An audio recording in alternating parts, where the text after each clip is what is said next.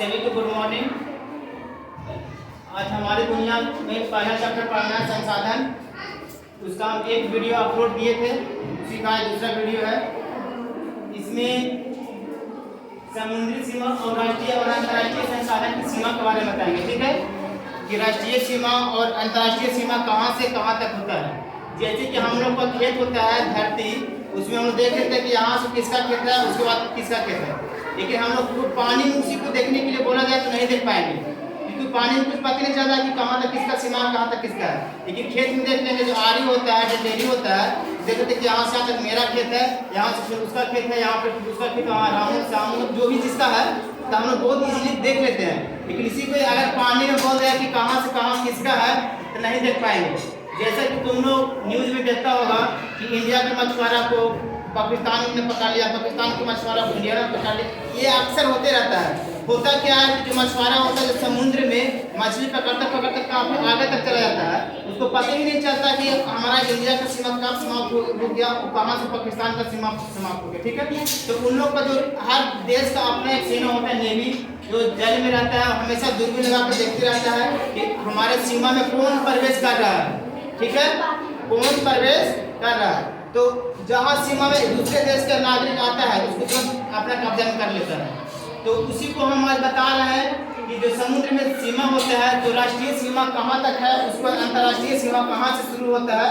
तो ये जो बुक है इसमें कुछ गलतियाँ भी दे दिया है। ठीक है, तो इसको हम अच्छे से एक्सप्लेन करके हम बताएंगे इसकी गलती क्या है।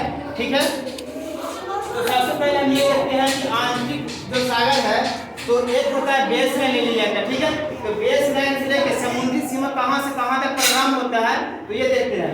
ये आंतरिक सागर है, उसके बाद हम लोग एक बेस लाइन ले लेते हैं। ठीक है, उसी बेस लाइन से हम लोग निर्धारित करते हैं कि कहाँ से कहाँ तक संलग्न क्षेत्र होगा, कहाँ से कहाँ तक फिर ये क्या होता है अनन्य आर्थिक क्षेत्र होगा। अनन्य आर्थिक क्षेत्र को इंग्लिश में बोलते हैं strategic economical zone.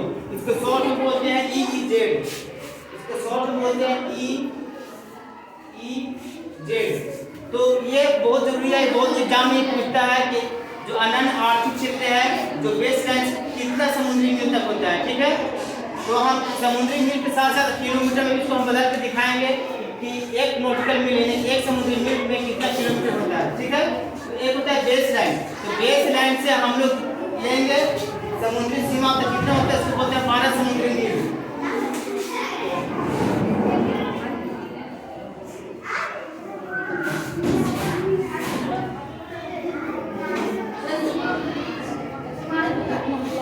Base line से होता है, बेस लाइन को आधार रेखा बोलते हैं। ठीक है, बेस लाइन को आधार रेखा बोलते हैं। तो बेस लाइन से हम लोग लेते हैं 12 समुद्री मील, यहाँ से स्टार्ट होता है। ठीक है, तो समुद्री मील हो गया। उसके बाद होता है बेस लाइन से फिर हम लोग 12 इधर और बढ़ेंगे, तो फिर यहाँ से ले लेंगे बेस लाइन तो हो जाएगा 24। यहाँ से आप लेंगे तो 12 होगा, लेकिन जब वही बेस लाइन से हम लेंगे हो जाएगा 24 समुद्री मील।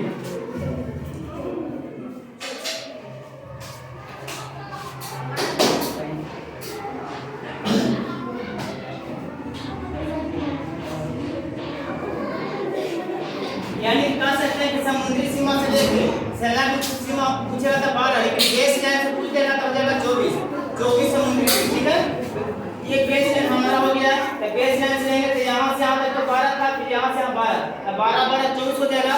तो यहाँ से यहाँ तक लेंगे तो हो जाएगा कितना 24 समुद्री मील। ठीक है, उसके बाद है अनन्य आर्थिक क्षेत्र। ठीक है, यानी कि स्ट्रेटेजिक इकोनॉमिकल जोन। तो ये होता है बेस लाइन से होता है 200 समुद्री मील। ये होता है बेस लाइन से 200 समुद्री मील।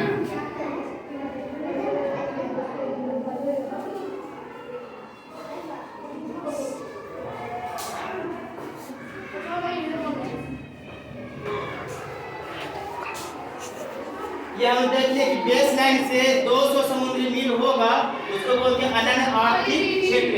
इंग्लिश में बोलते हैं स्ट्रेटेजिक इकोनॉमिकल जोन। इसको शॉर्ट में कहीं एग्जाम में दे देगा, उसका पूरा नाम नहीं देगा, EEZ दे देगा। तो हम लोग तीनों नाम रखेंगे, हिंदी नाम भी रखेंगे, उसका पूरा नाम भी रखेंगे और शॉर्ट नाम भी रखेंगे। ये एग्जाम में बहुत पूछता है। तो हम एक लाइन में कह सकते हैं कि जो बेस लाइन यानी आधार रेखा है, तो आधार रेखा से 200 नॉटिकल मील तक ही हमारा राष्ट्रीय क्षेत्र है। उसके बाद फिर हो जाता है अंतर्राष्ट्रीय क्षेत्र। अंतर्राष्ट्रीय क्षेत्र में फिर वहाँ पर कोई भी देश आके या तो मछली पकड़ सकता है या फिर पेट्रोलियम निकाल सकता है। तो इसके बाद हो जाएगा अंतर्राष्ट्रीय क्षेत्र।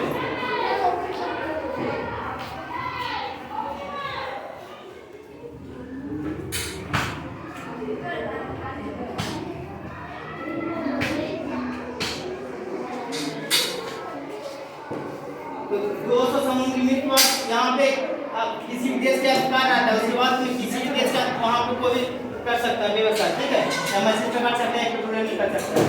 तो अब हम देख लिए कि बेस लाइन से 12 समुद्री मील तक समुद्री सीमा होता है, बेस लाइन से 24 समुद्री मील होता है, उसको संलग्न क्षेत्र बोलते हैं। फिर बेस लाइन से 200 समुद्री मील होता है, उसको अनन्य आर्थिक क्षेत्र बोलते हैं, ठीक है। अब हम देखते हैं कि एक समुद्री मील यानी एक नॉटिकल मील बराबर कितना किलोमीटर होगा।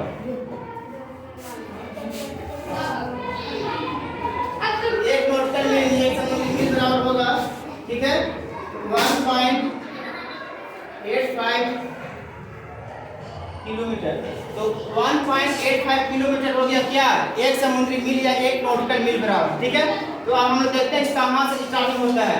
तो राष्ट्रीय सीमा जो परिणाम जो हो रहा है, तो 12 समुद्री मील से लेकर 200 समुद्री मील तक, तो 12 समुद्री मील और देख सकते हैं कितना किलोमीटर हो रहा है, 1.85 12 करेंगे तो लगभग इतना किलोमीटर आएगा, ठीक है। इसको गुना करेंगे तो इतना किलोमीटर होगा, तो यहाँ से शुरू हो जाएगा, ठीक है। यहाँ से शुरू होगा कितना, 22.2 किलोमीटर, जबकि इस बुक में लिखा हुआ है 19.2 किलोमीटर, ठीक है। उसके बाद ये बुक में लिखा हुआ है 200 किलोमीटर, जबकि 200 किलोमीटर नहीं होगा, 200 समुद्री माइल होगा, ठीक है। इसको इंग्लिश में बोलते हैं नॉटिकल मील। तो उसमें देखे थे कितना किलोमीटर तक होगा,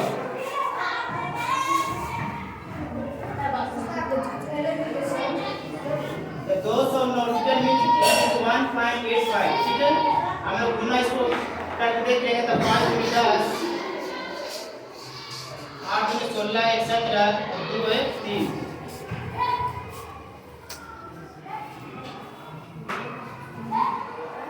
यानी कि कह सकते हैं 370 किलोमीटर तक में दिए हुए हैं। 19.2 किलोमीटर से लेके 200 किलोमीटर, जो कि गलत दिया हुआ है। यहाँ पे नॉटिकल मील होगा, समुद्री मील होगा। जैसा कि हम यहाँ पे एक्सप्लेन करके बताया है कि जैसे कि हमारा बेस लाइन था, तो बेस लाइन से यहाँ तक 24 हुआ, फिर बेस लाइन से यहाँ तक पढ़ेंगे संलग्न क्षेत्र, तो 24 हो जाएगा। फिर बेस लाइन से लेंगे अनन्य आर्थिक क्षेत्र तक, तो ये 200 हो जाएगा, ठीक है। तो 200 किलोमीटर नहीं, नॉटिकल मील यानी समुद्री मील, जैसे हम लिखे हुए हैं समुद्री मील, जबकि बुक में दिया हुआ है 200 किलोमीटर, जो कि गलत दिया हुआ है।